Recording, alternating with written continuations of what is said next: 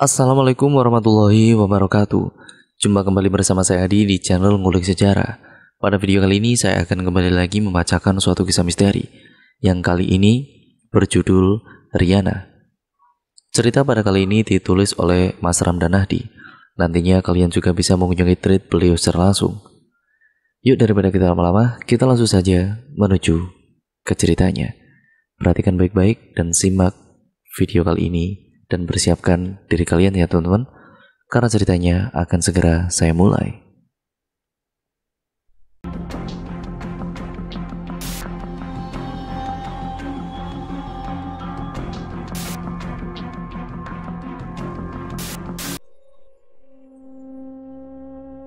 Balik Bal, panggil temanku Sandi, seraya menghampiriku yang sedang duduk di taman kampus. Kenapa? Sahutku. Sandi duduk di sampingku sembari mengatur nafasnya. Riana itu ngekos di tempat lu kan? Riana anak manajemen. Iya. Kamarnya ada di atas kamar gua. Emangnya kenapa? Waduh, mending malam ini lu jangan balik kosan dah. Terus, masa gua harus tidur di kampus sih? Emang ada apaan sih? Lu belum lihat beritanya? Gua dari tadi sibuk ngerjain laporan, mana sempat lihat berita. Ada sih, tapi gua mute grupnya. Coba lu lihat grup kosan lu. Ah, males ah. Lu tinggal ngomong aja. Ada apa sama Riana? Nih, lu baca sendiri aja beritanya. Sandi kemudian menyerahkan ponselnya kepadaku. Terlihat sebuah pesan di grup WhatsApp. Aku membacanya perlahan hingga sampai di kalimat meninggal karena bunuh diri. Wah, aku terkejut membacanya. Bunuh diri? Iya, saut Sandi. Kapan? Katanya dari pagi. Cuman mayatnya baru ditemuin sejam yang lalu. Padahal kemarin malam gua sama dia masih ngobrol. Terus kita makan di warteg dekat kosan. Gua ngerasa gak ada yang aneh sama sekali sama dia. Normal-normal aja. Terus nampak tiba-tiba bunuh diri. Ya mana gua tahu Bal. Kadang ada orang yang kelihatannya baik-baik aja, padahal mentalnya lagi down parah. Mungkin dia lagi ada masalah yang berat banget.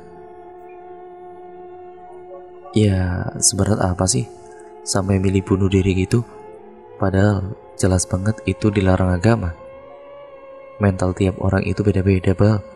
Lu gak bisa ngukur sepatu orang lain pakai kaki lu. Bisa aja kalau ukurannya sama. Udahlah, susah ngomong sama lu.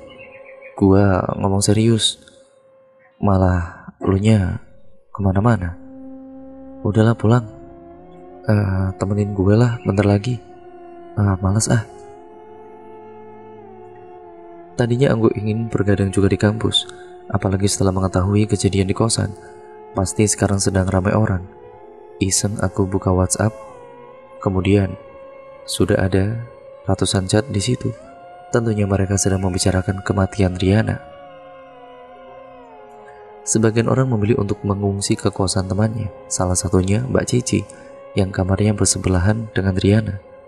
Astagfirullah, spontan aku berteriak saat tiba-tiba foto jenazah Riana muncul di layar ponsel.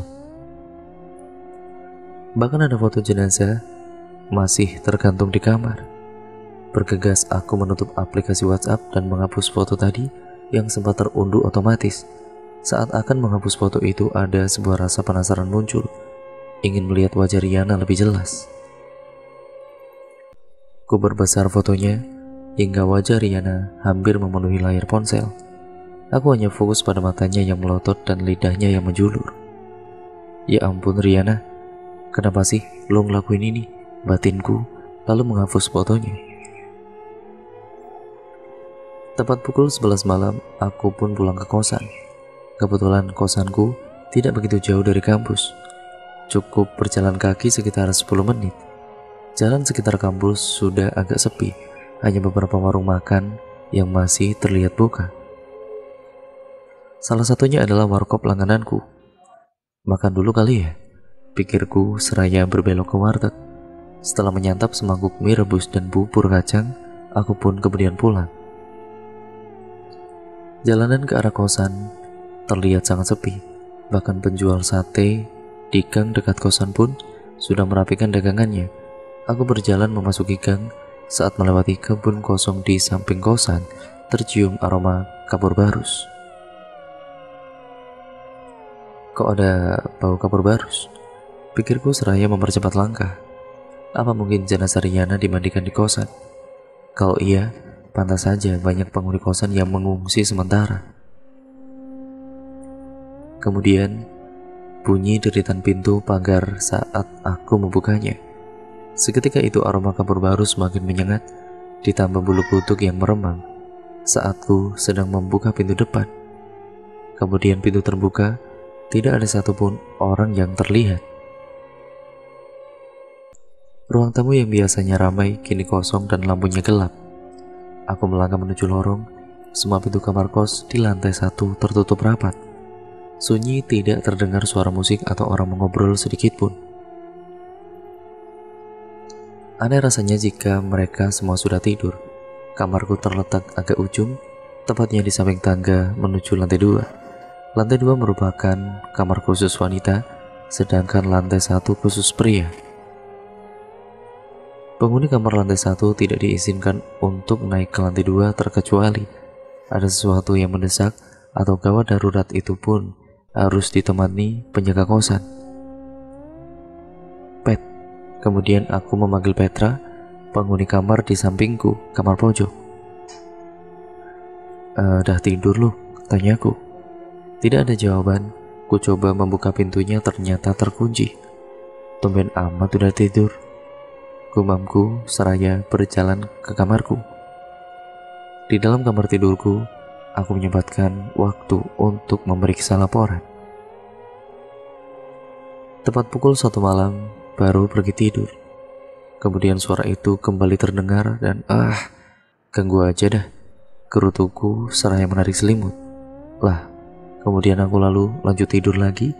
Kemudian kini 3 ketukan cepat terdengar jelas di pintuku. Aku membuka mata seraya menatap pintu. Siapa? Tanyaku dengan posisi masih tiduran di atas kasur. Tidak ada jawaban sama sekali. Siapa? Teriakku dengan kesal. Ini gua, Bal, saut suara perempuan dari balik pintu. Gua siapa? Riana. Gak usah bercanda deh. Bal, tolongin gua, Bal. Gak lucu lu, sahutku. Tolong lepasin tali di leher gua. Sakit, Bal. Gak bisa napas, ucapnya dengan suara seperti orang tercekik. Ada apaan sih lu? Nyuruh gue jemput pagi-pagi buta begini? Omel Sandi. Ceritanya ntar aja di kosan lu, sautku sambil naik motor. Buruan gas. Gak jelas lu. Sandi kemudian melanjutkan motornya. Sesampainya di kosan, aku langsung menutup pintu dan juga jendela rapat-rapat. Apa-apaan sih, ada apa lu? Ada babal? Kayak orang ketakutan gitu lu, tegur Sandi. Lu gak bakal percaya sama apa yang gue alamin tadi, sahutku. Ngalamin apa? Lu ditatangi Riana ya? Kok lu tahu? Gue cuma nebak aja dari ekspresi lu. Lagian udah, jadi rahasia umum lah. Kalau meninggal bunuh diri itu, ya pasti arwahnya suka kentayangan. Asli Dasan, itu pengalaman paling horor yang pernah gue alamin. Udah, ceritanya bisa besok aja gak, Bal? Lu takut kan? Bukan, gue cuma ngantuk. Lu lihat sendiri kan, sekarang udah mau jam 2:30. Nanggung San, bentar lagi subuh juga. Emang dasar orang kagak pernah sholat, waktu subuh aja gak tahu. Jam 4 kan? Jam 5 kurang 20. Mayan kan bisa tidur 2 jam lebih. Alah, nanggung. Udah, gua ngantuk. Lu cerita aja sama tembok. Sandi meringkuk di atas kasur sembari memeluk guling. Dari tadi mata ini sulit terpejam. Entah kenapa wajah Riana pada foto itu terus terbayang. Ditambah suaranya tadi membuatku gemetar. Alarm kemudian berbunyi. Sontak mengagetkanku yang baru saja terlelap. Perasaan gua nggak ngeset alarm dah. gumamku seraya mematikannya. Lagian siapa juga yang set alarm jam 3 subuh. Aku kembali tidur, kemudian terdengar bunyi notifikasi pesan. Jam segini siapa sih yang SMS? Gumamku sambil membuka pesan. Ternyata itu pesan kosong dari Sandi. Spontan aku memukul tubuh Sandi hingga ia terbangun. "Lu jangan jahil, San," omelku. "Apa sih, Bal? Ganggu orang tidur aja lu," sahutnya dengan kesal. "Tidur pala lu, mana ada orang tidur ngirim SMS," sahutku tidak kalah kesal. "Ngirim SMS gimana? Handphone gua ada di meja belajar belakang lu." Aku tidak percaya padanya. Lalu aku menoleh ke belakang. Bukan kaki kursi atau meja yang kulihat, melainkan kaki manusia.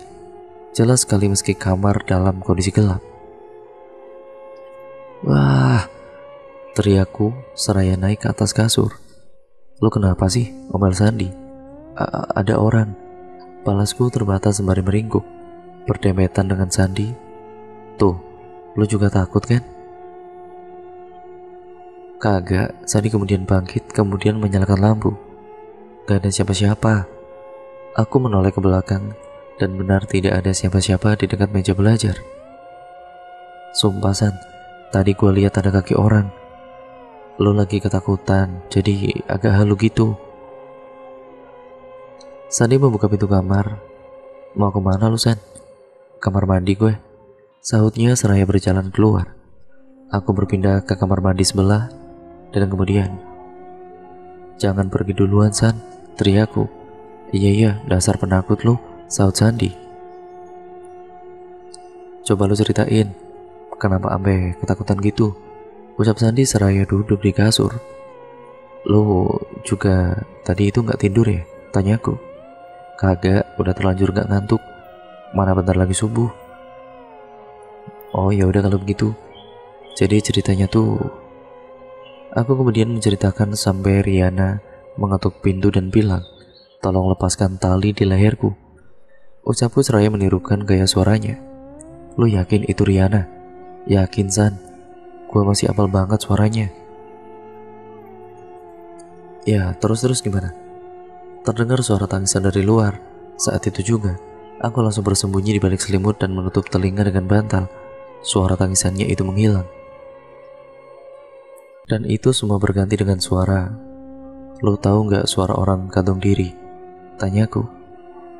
"Ya, mana gua tahu. Itu loh yang, ya pokoknya kayak orang dicekik gitu." "Oh iya ya.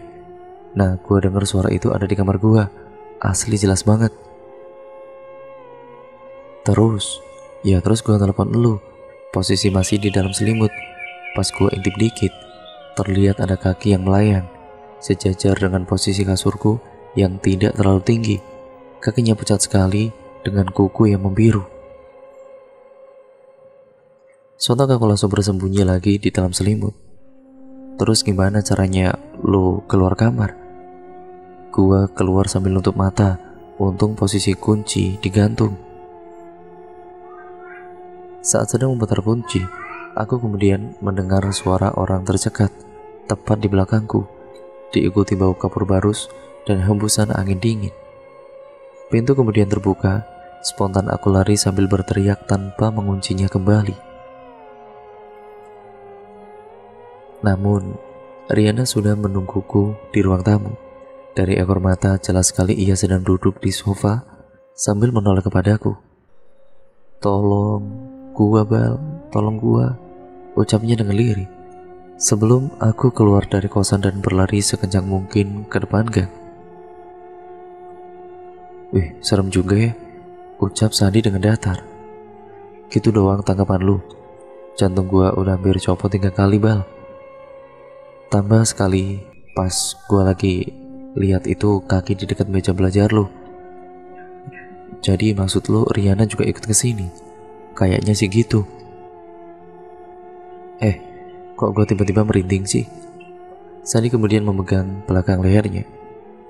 "Jangan nakut-nakutin lu, San." Aku mengedarkan pandangan, takut Riana tiba-tiba muncul. Ternyata dugaanku benar. "Wah!" aku berteriak dan melompat ke atas kasur. Ada apa, Bal? Tanya Sandi bingung. Di belakang lu, aku melihat ada bayangan hitam sedang berdiri di balik jendela, tepat di belakang Sandi. Wah! Sandi berteriak, kemudian bergabung denganku meringkuk di atas kasur. Dia kenapa ngikut kemari sih, Bal? Ya, mana gua tahu. Lu tanyain aja sono. Kemudian lampu kamar tiba-tiba mati. Wah, mati lampu, San.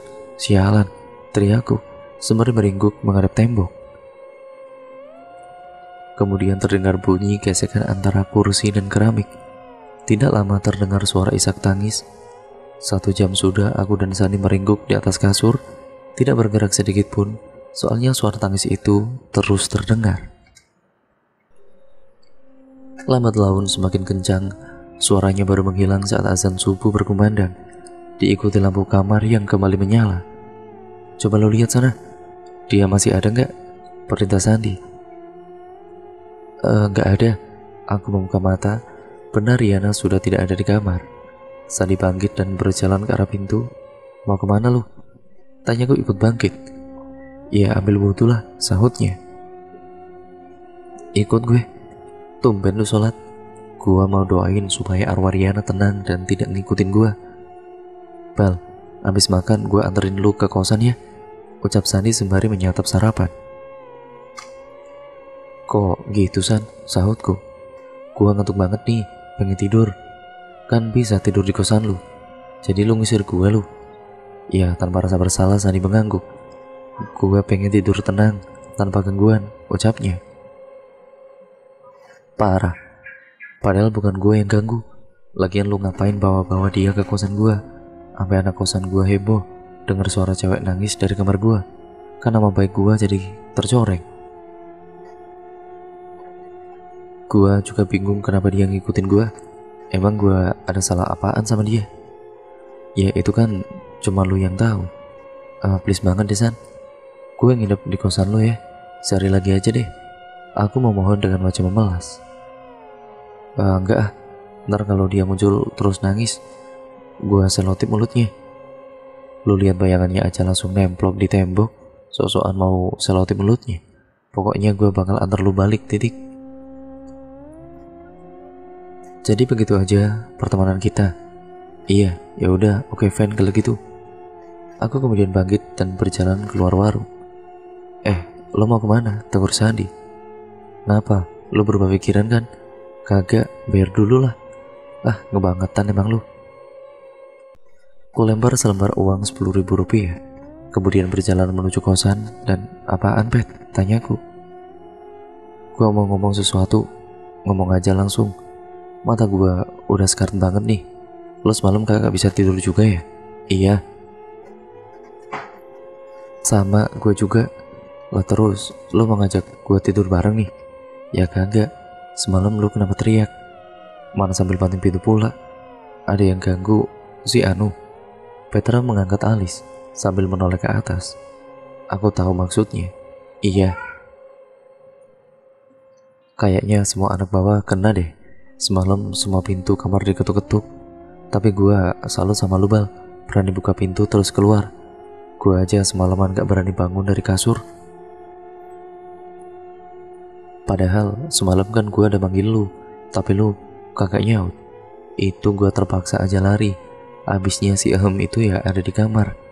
Gila, sampai masuk kamar. Iya Pet, udah gue mau tidur dulu. Aku pun kemudian masuk ke kamar menyalakan lampu, kemudian berbaring di kasur. Ku ambil ponsel. Saat lampu ponsel menyorot ke mataku, tiba-tiba rasa kantukku hilang begitu saja.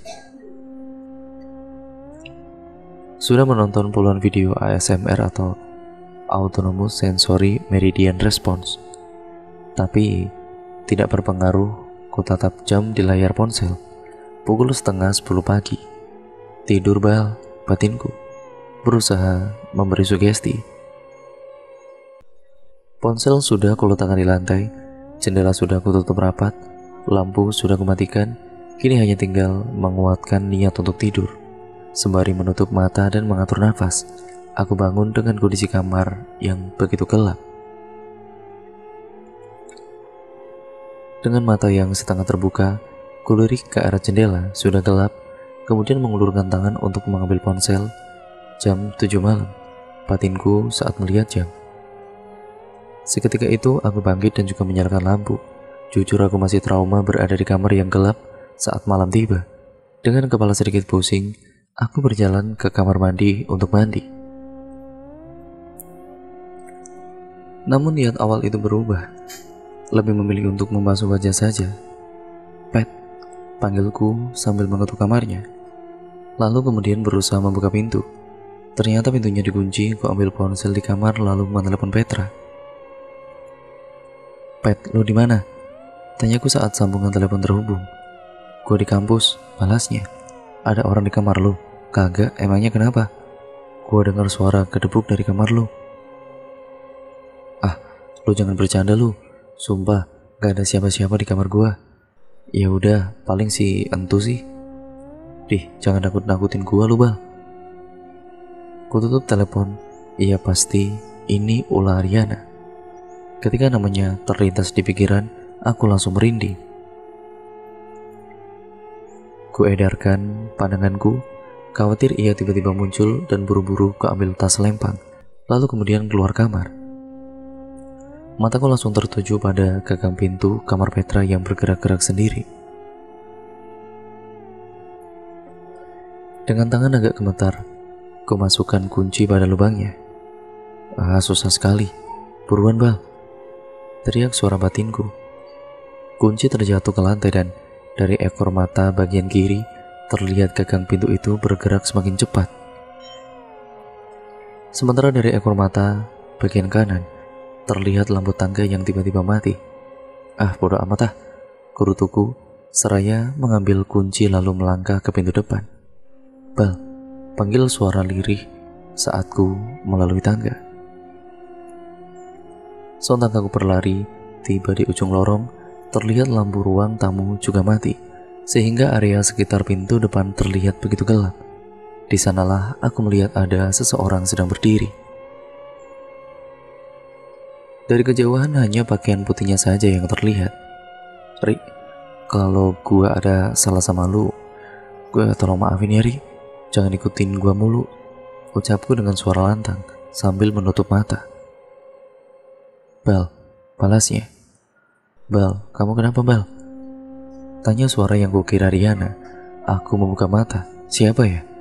Tanyaku ragu karena tidak bisa melihat wajahnya dalam kegelapan. Ia berjalan mendekat, lalu menyalakan lampu. Aneh, kosan kok jadi gelap-gelapan gini? Keluhnya. Seketika itu hatiku lega, ternyata itu bukan Riana melainkan Mbak Cici. Mbak, ngagetin gue aja Mbak, ucapku. Kamu yang ngagetin, ngapain lari-lari di lorong? Ya lagian, Mbak berdiri di sana, saya kira Aku tidak berani menyebutkan namanya. Riana, kamu diteror juga ya? Jangan keras-keras ngomongnya Mbak, nanti dia dengar. Oh iya? Ya sudah, saya ke kampus dulu Mbak. Pamitku berlalu ke arah pintu. Bal, panggilnya. Iya Mbak. Jangan pergi dulu. Boleh temenin Mbak bentar gak? Temenin kemana Mbak? Tanyaku dengan bingung. Mbak mau ambil baju sama berkas di kamar. Kamar Mbak Cici terletak di ujung lorong, tepat di atas kamar Petra, tentunya di samping kamar Riana. Duh Mbak, saya gak berani Mbak naik ke atas. Kamu tunggu di tangga aja, please temenin. Mbak juga takut. Oh, oke deh. Aku terpaksa mengiyakan meski sama-sama takut. Apalagi barusan terdengar suara Riana memanggilku dari arah tangga. Kami pun kemudian berjalan ke arah tangga yang lampunya sudah menyala kembali. Tunggu di sini ya Bal. Jangan kemana-mana, pesan Mbak Cici sebelum menaiki tangga. Sambil menunggunya, aku berjalan ke kamar untuk mengunci pintu. Terdengar suara orang bergumam dari dalam kamar. Kali ini aku tidak begitu yakin berasal dari kamar Petra atau kamarku. Yang jelas bulu kuduk ini sudah meremang. Aku kembali berdiri di dekat tangga. Mbak Cici lama amat sih, gumamku sesekali menoleh ke atas. Pintu salah satu kamar terbuka Spontan aku menoleh ke sana dan tidak lama, Mas Ilham yang kamarnya berada di tengah muncul. "Ngapain di sana, Bal?" tanyanya sembari mengunci pintu. "Nungguin Mbak Cici," sahutku. "Loh, bukannya rata-rata penghuni kamar atas lagi pada ngungsi ya?" "Iya, tapi tadi Mbak Cici baru pulang, katanya mau ambil baju sama berkas gitu." "Cici beneran apa bohongan?" "Mbak Cici beneran lah Mas, orang tadi saya ngobrol kok." "Oh, takutnya kayak Supri, ketemu sama yang bohongan." "Yang bohongan gimana Mas?" "Ya ada yang nyemar gitulah, kan kondisi kosan lagi horor gini." "Duh, saya jadi merinding Mas." Mas Ilham tertawa. "Ya udah, gua keluar dulu, lapar." "Oke Mas," sahutku kemudian melirik ke tangga. Seketika muncul keraguan kalau yang tadi itu Mbak Cici asli. Gue yakin itu asli, batinku. Kemudian tetap menunggu Mbak Cici turun. Sudah lebih dari 10 menit Mbak Cici belum juga turun. Ingin rasanya mengecek ke atas, tapi takut ketahuan penjaga kos, dan brak, terdengar suara pintu dibanting. Tidak lama, terlihat Mbak Cici menuruni tangga dengan buru-buru. "Yuk Bal," ajaknya dengan wajah panik bercampur takut. "Ada apa Mbak?" tanyaku dengan heran. "Udah nanti aja ceritanya." Kami pun melangkah cepat keluar kosan. Dari tadi Mbak Cici hanya diam saja, padahal aku sangat penasaran dengan apa yang terjadi barusan. "Mbak, tadi lari kenapa?" Riana, dia nampakin diri." Enggak, cuma Mbak denger aja ada suara cewek nangis di kamar Riana. Terus Mbak mau keluar deh, pintunya tiba-tiba gak bisa dibuka." "Pantesan turunnya lama." Iya, mana ada yang ngetok-ngetok jendela kamar." "Siapa?" "Ya Mbak gak berani ngecek Bal. Lagian kamar Mbak kan di lantai 2. "Oh iya, harus terbang buat ngetoknya." Nah itu dia, mana pas Mbak lagi coba buka pintu tiba-tiba kedengeran suara langkah kaki di belakang. Untung pintunya keburu kebuka, terus Mbak langsung turun aja. Pantesan mukanya panik banget. Sama paniknya pas kamu lihat Mbak berdiri di dekat pintu. Aku kemudian terkekeh. Iya juga ya. Oh iya, katanya kemarin yang nemuin jenazah Riana itu Mbak ya? Iya, cerita dong Mbak. Duh, enggak deh. Mbak takut, masih kebayang juga sama wajahnya. Saya juga sempat lihat yang di-share anak-anak di grup WA. Parah sih mereka, harusnya nggak di-share. Sekarang fotonya malah kesebar kemana-mana. Kasihan Riana. Apa mungkin gara-gara itu dia jadi dendam ke semua anak kosan? Ya bisa jadi. Duh, kalau tahu bakal ada kejadian ini, kemarin gak saya perpanjang kosannya. Anak lantai 2, udah ada yang cabut dari kosan. Mbak juga udah mulai cari-cari kosan baru. Duh, makin sepi dong ini. Semoga aja anak lantai 1 pada bertahan, biar ada temannya. Tidak terasa kami sudah sampai di dekat kampus. Sebelum masuk ke area kampus, Mbak Cici mengajakku untuk makan. Ia pun akhirnya mau sedikit cerita tentang kejadian kemarin.